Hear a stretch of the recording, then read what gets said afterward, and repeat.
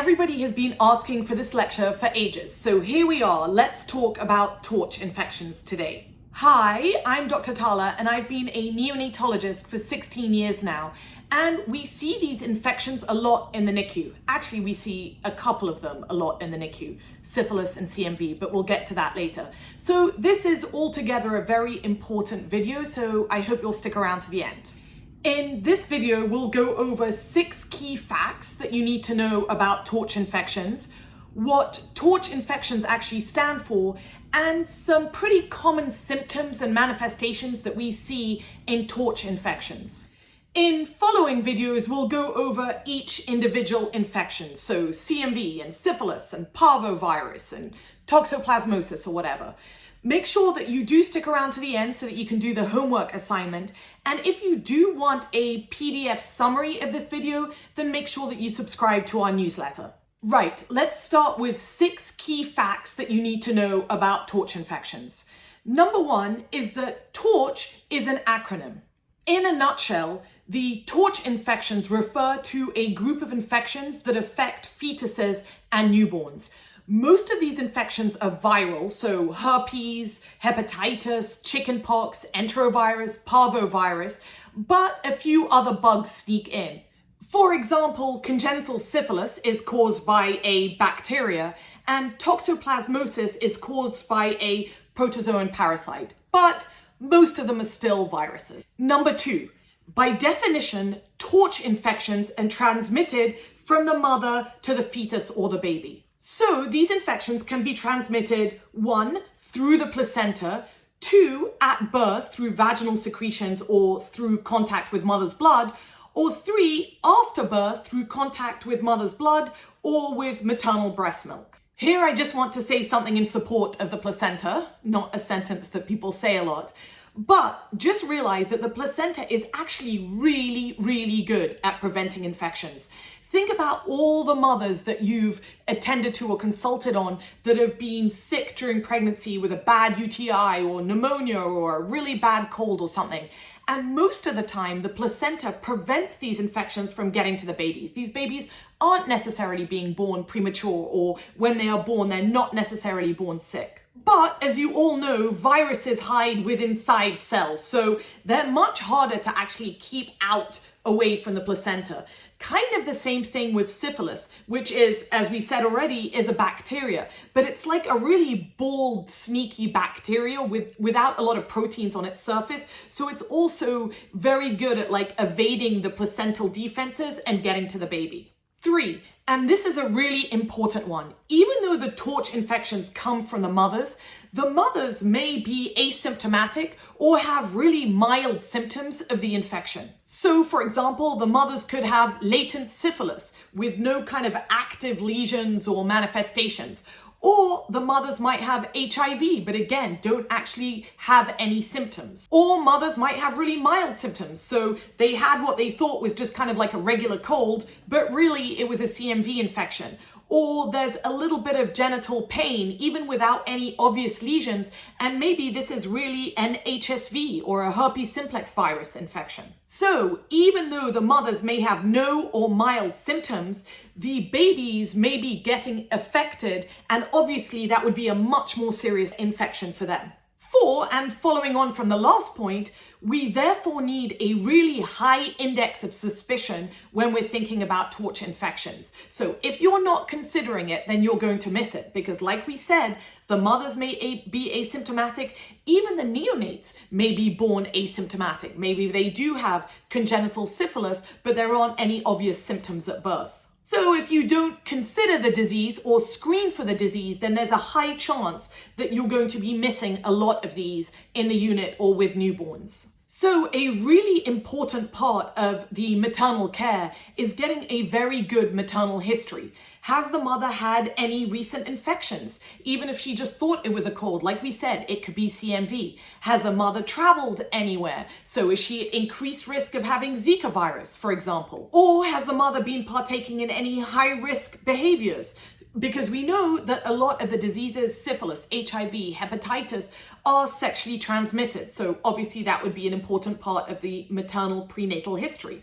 Does mummy have any cats? Is she playing around in kitty litter, for example? Or were there any abnormal findings found on the prenatal ultrasounds? For example, sometimes with CMV, you can end up with echogenic bowel on a prenatal ultrasound. Some of these torch infections are screened for prenatally. So depending what country you're in, or in the US, even depending which state you're in, then a different battery of tests will be sent on the mother to screen for these infections. In the US, generally, we screen for hepatitis B and a lot more hepatitis C, although it hasn't actually become a law yet, but hepatitis B, HIV, syphilis, and rubella. Then, for a newborn, if a newborn fails the hearing screen, then we'll screen that baby for CMV as well. 5. The appearance of symptoms is extremely varied. Which symptoms they're going to have and whether the babies have symptoms at all. So if a baby does actually get infected, then symptoms may be present prenatally. So for example, IUGR or stillbirth or hydrops, or the symptoms may present at birth. So for example, bad rashes or pneumonitis or anemia or whatever, or the babies may be asymptomatic at birth and symptoms present much, much later.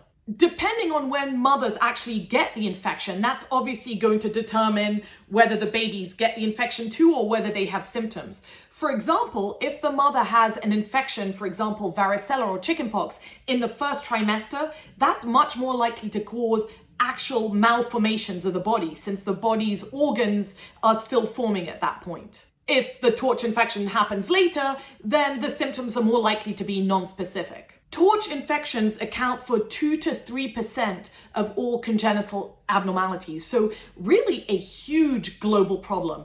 But like a lot of infectious disease issues, this is especially true in the developing world. 6. These diseases are preventable. So even though they can be a massive problem, by definition, because they are infections, if we can stop the mothers from getting infected, or if we can recognize the disease in the mother and prevent the baby from getting infected, then we can completely prevent torch infections from happening in babies. For example, the WHO has proposed strategies to eliminate the mother to fetus transmission or mother to neonate transmission of HIV by the year 2030.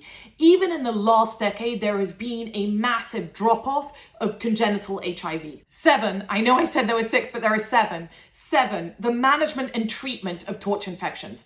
Obviously, because they're made up of loads of different infections, whether it's a virus or a bacteria or whatever, you have to send the specific test looking for that infection. So for example, you have to send blood tests, RPR or treponemal antibodies to figure out if a baby or a mummy has syphilis. You have to send a urine culture, a saliva swab for PCR of CMV. So depending which bug it is, you have to know which test that you're sending. Often the placenta can actually be sent for culture as well. So if you really are worried about a torch infection, then get that placenta sent to lab at the time of delivery. And then obviously, depending on what the baby actually has, that will determine what treatment it is. So penicillin for syphilis or acyclovir for HSV. And depending on how sick the baby is and what bug it is, that will also determine the length of treatment. B. What does the TORCH acronym actually stand for? Well, it was coined in 1971 by an immunologist called Andres Namias. And basically, he decided to group these infections together because they have pretty similar clinical features in fetuses and newborns, and sometimes they can be difficult to differentiate from each other.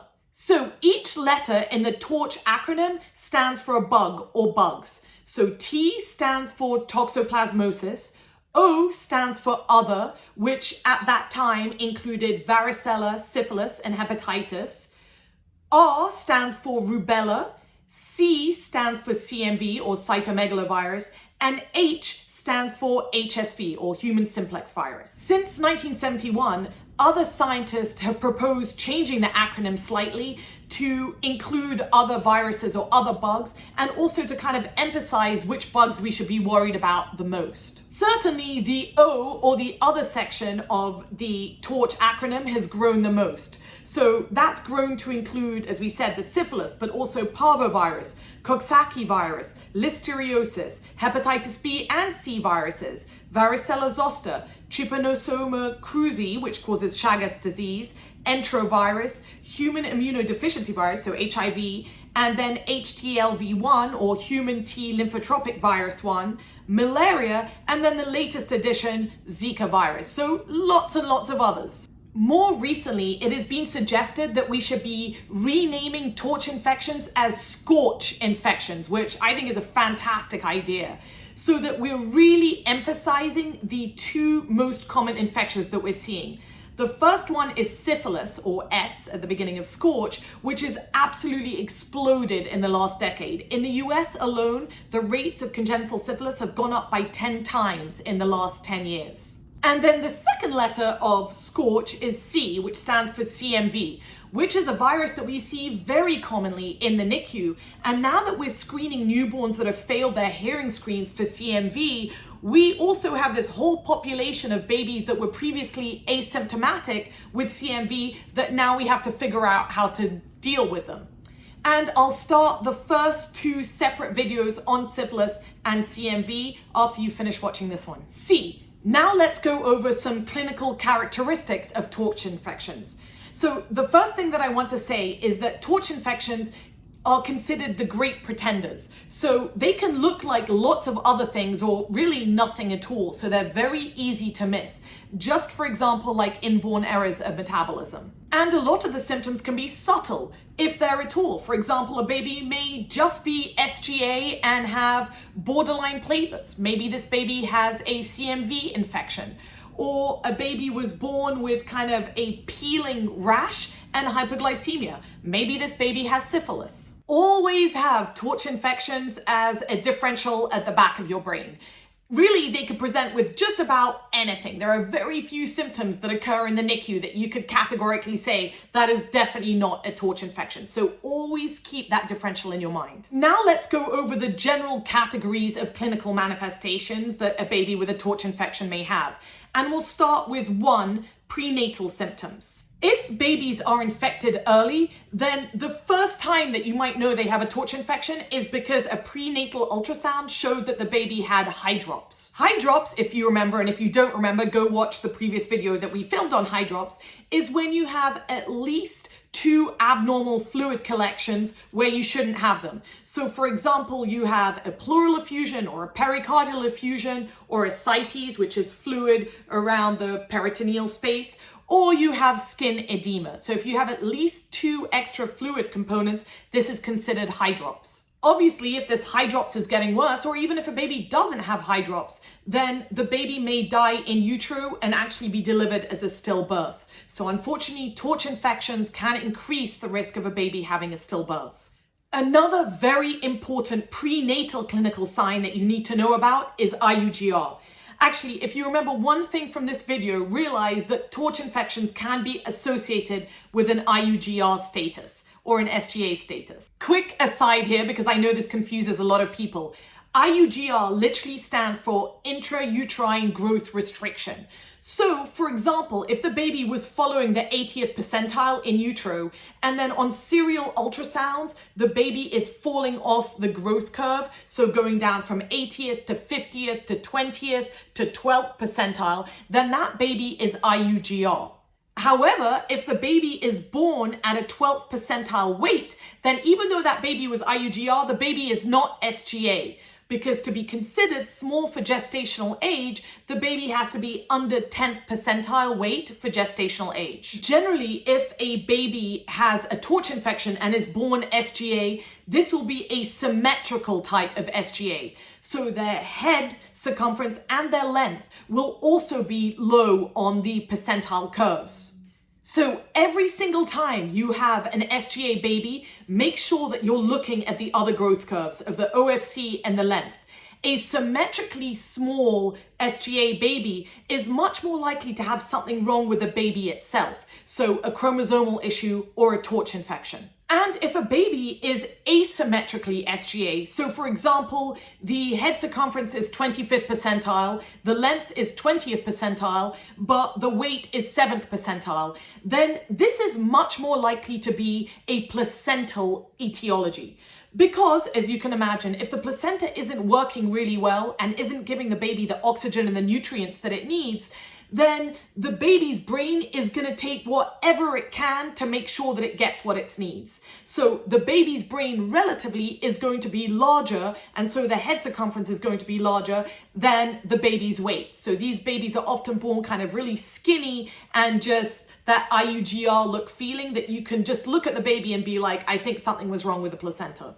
So hydrops and IUGR are important prenatal findings in babies with torch infections. So much so that if a baby does present with hydrops in utero or is IUGR for no explanation, so we have no reason for it, then part of that workup for the OBs will be checking for torch infections. 2, cutaneous manifestations or stuff that you see on the baby's skin.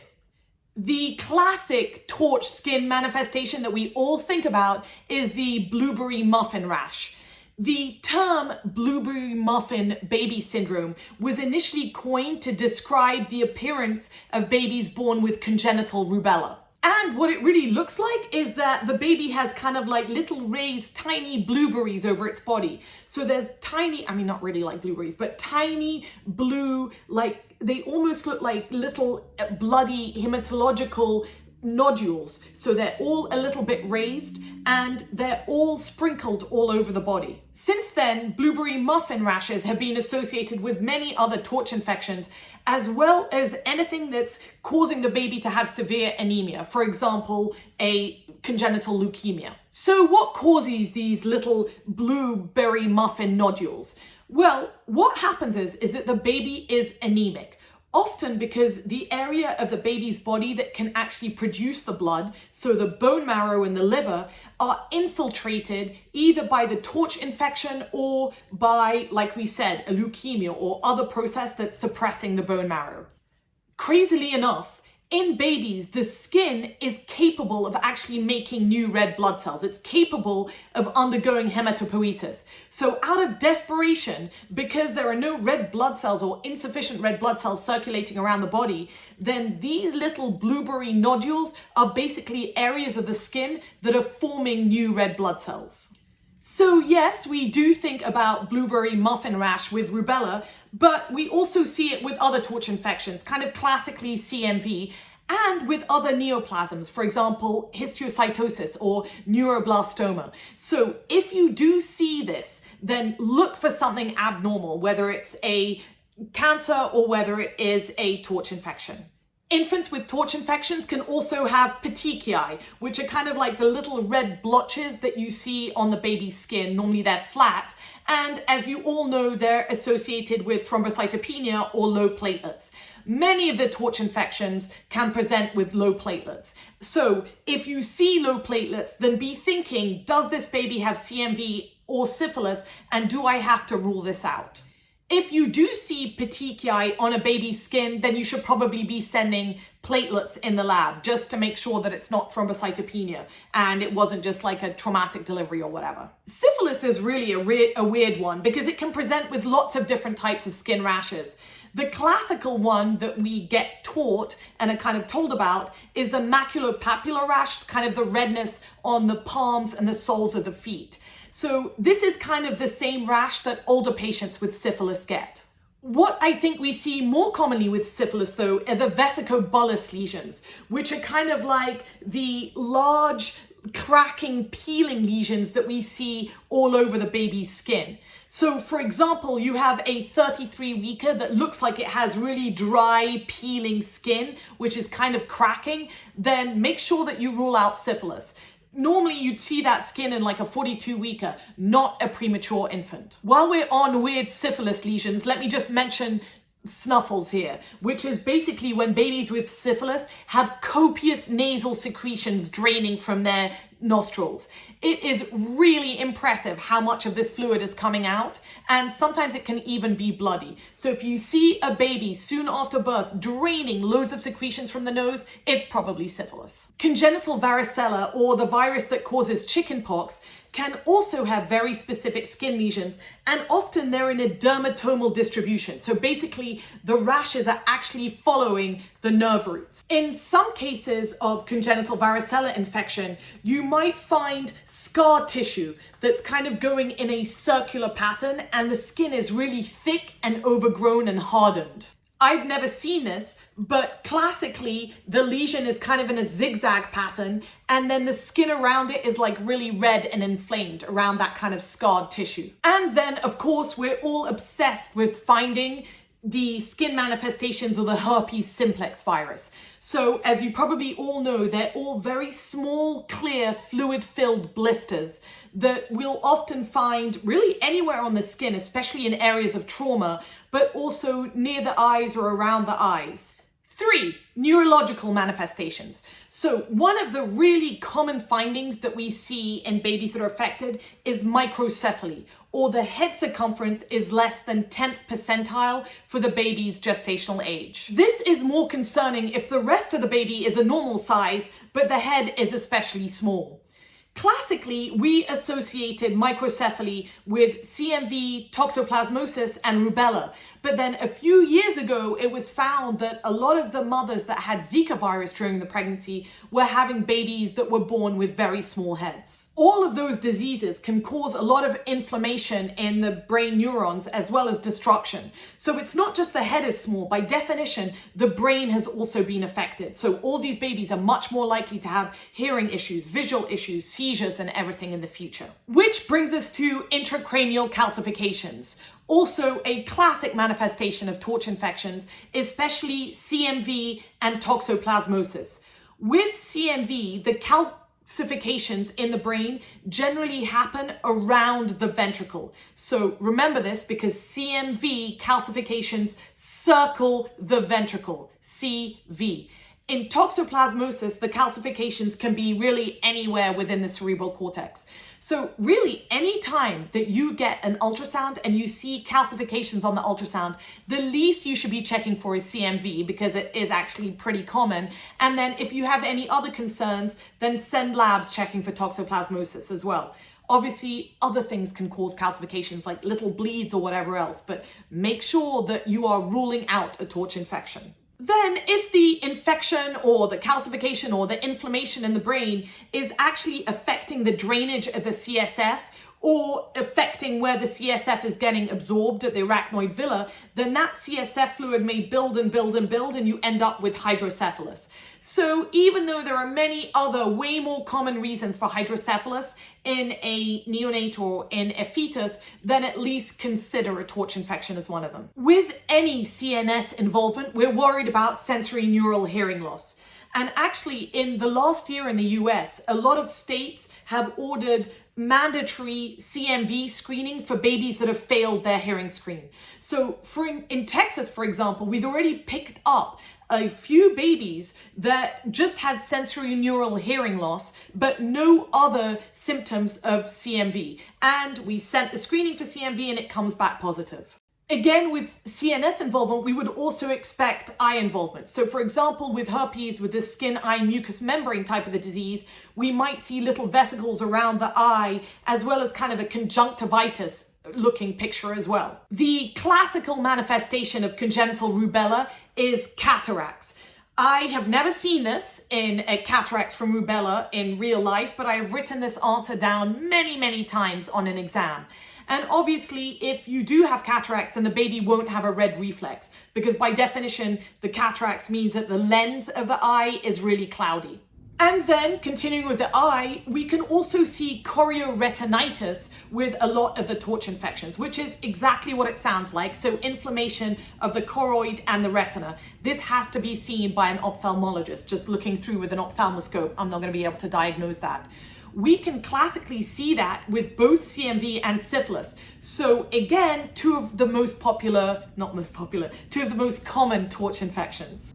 Toxoplasmosis can cause necrotizing chorioretinitis, and this has been described as kind of yellow-white lesions with indistinct margins, or something else that I've never seen but I've checked in an exam, or as kind of like, it looks like a headlight in a fog. So again, very, very rare, but just be aware of them. This goes without saying, any time that there is eye involvement, then you are obviously worried about future visual problems, especially if this goes without being diagnosed until much later.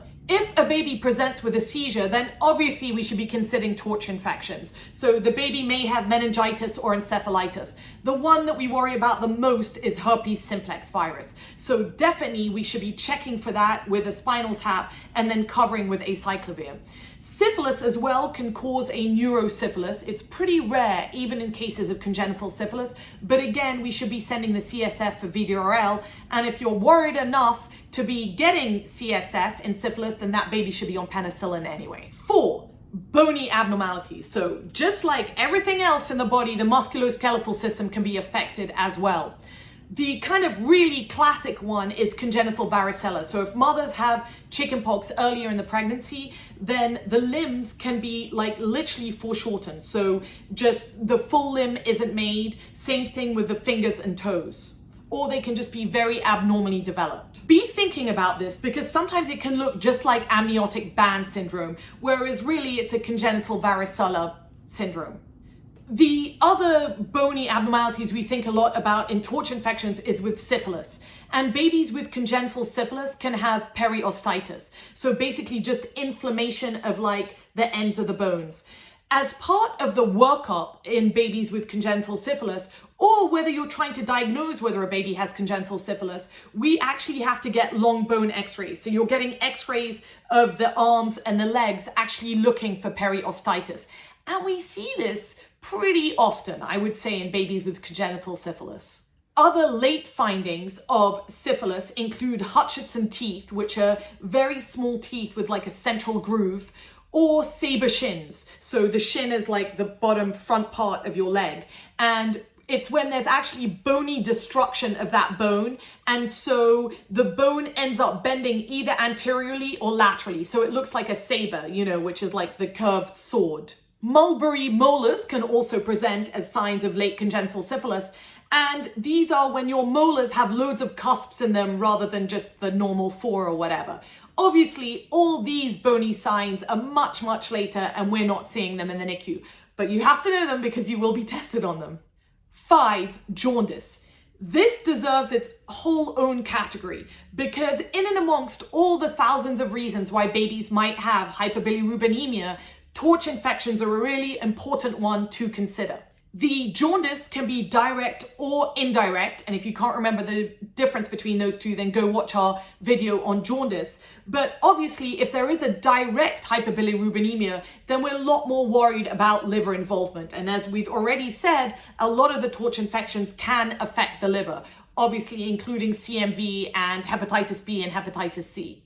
If you happen to see a high direct bilirubin on your labs, then really be thinking about CMV. Unless I've got a very good reason for it, I will send a CMV in any baby with a high direct bilirubin. And then obviously, if you've also got elevated LFTs, then be thinking about herpes and the hepatitis B and hepatitis C as well. Sometimes you even end up with a really large liver and spleen if you've actually got infiltration. And we've seen this in CMV as well as in syphilis. 6, hematological abnormalities. Again, this is a really important one because a lot of the torch infections affect all the different cell lines differently. Probably the most common one that we see is thrombocytopenia, or low platelets, or a platelet count less than 150K. So we see this with herpes, with CMV, with syphilis. Again, probably the diseases that we see the most often in the NICU anyway. All of those diseases can also cause leukopenia, or a WBC count less than 5,000, and pretty much every torch infection can cause anemia. The ones obviously that we would worry about the most is when there is such bad infiltration of the bone marrow that we're actually getting a blueberry muffin rash because the skin is now desperately trying to make blood as well. Parvovirus, which is one of the other viruses under the TORCH acronym, is also a really dangerous disease for babies. So whether they are born yet or not. So in mothers, this might be just kind of like a mild cold. It's also called fifth disease or slap cheek disease because older kids look like they have kind of like red cheeks bilaterally. But what's so bad about parvovirus is that it suppresses the bone marrow, especially the red blood cell production. So these babies can be incredibly anemic. And so if you have very low red blood cell count, whether it's at birth or prenatally, that is one of the diseases that we have to worry about. 7, respiratory distress. So some of the TORCH infections can lead to like a pneumonitis or like an inflammation or almost like a pneumonia-like picture in the lungs. So the baby will actually need support. Most commonly, I would say herpes, CMV, and syphilis. Again, are you noticing that those are the 3 infections that keep coming up over and over again? So again, if you have bad respiratory symptoms and you have no other reason, then at least consider those.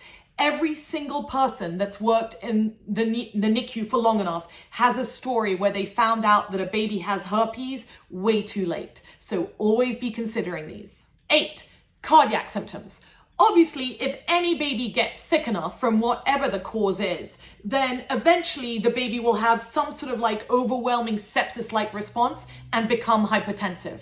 Some of the TORCH infections, though, can directly affect the heart itself. The one that you'll probably see the most is an enterovirus or a Coxsackie virus causing a myocarditis. So literally attacking and causing inflammation of the muscles of the heart. And it causes the heart to beat a lot worse. So they kind of end up in this congestive heart failure. There's a high chance that you will see that. I've seen a handful over the course of my career. The one that you'll be tested on the most is that a congenital rubella is also associated with a patent ductus arteriosus. So rubella, PDA, remember that. 9, all the other stuff that babies do. So you know how babies act when they're sick. They become floppier, they're lethargic, they don't want to eat as much, they can be a little bit irritable or just like much sleepier, they pee less. All of these could be subtle signs of a TORCH infection. Then as the babies get older, they could have developmental delays, or they could just have failure to thrive. So they're just not growing adequately. Again, all these really non-specific signs could be markers of a TORCH infection. And before we finish this really long lecture, I'm just going to emphasize this again. If you have a baby that's SGA, thrombocytopenic, so low platelets, and high direct bilirubin, that baby has a TORCH infection unless you prove something else. So always be considering TORCH infections. Right, let's go over your homework assignment. So 1, what does TORCH stand for? 2, why is it being suggested we should be using the acronym SCORTCH? 3, how are TORCH infections transmitted? And 4, name 5 symptoms of TORCH infections, and for bonus points, tell us specifically which bug those symptoms are associated with. Okay, that's it. That was a long one. Thank you so much for being here. If you reached this far, please like this video and subscribe to this channel if you're interested in neonatal education. Thank you.